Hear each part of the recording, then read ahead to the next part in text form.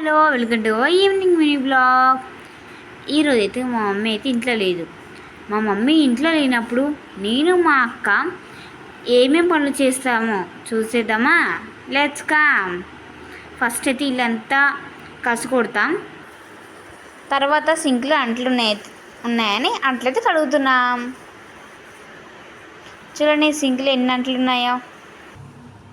తర్వాత అయితే నేనైతే బట్టలు మడతేస్తుంటే మా అక్కేమో అంట్లు ఉంటుంది. చూడండి ఎన్ని బట్టలు ఉన్నాయి. ఇవన్నీ ఇప్పుడు మడతపెట్టి మళ్ళీ కబోర్డ్స్లో అయితే నీట్గా సర్దేయాలి. ఇక్కడ చూడండి మా అక్కది కూడా అంట్లు కడిగేది మొత్తం అయిపోయింది.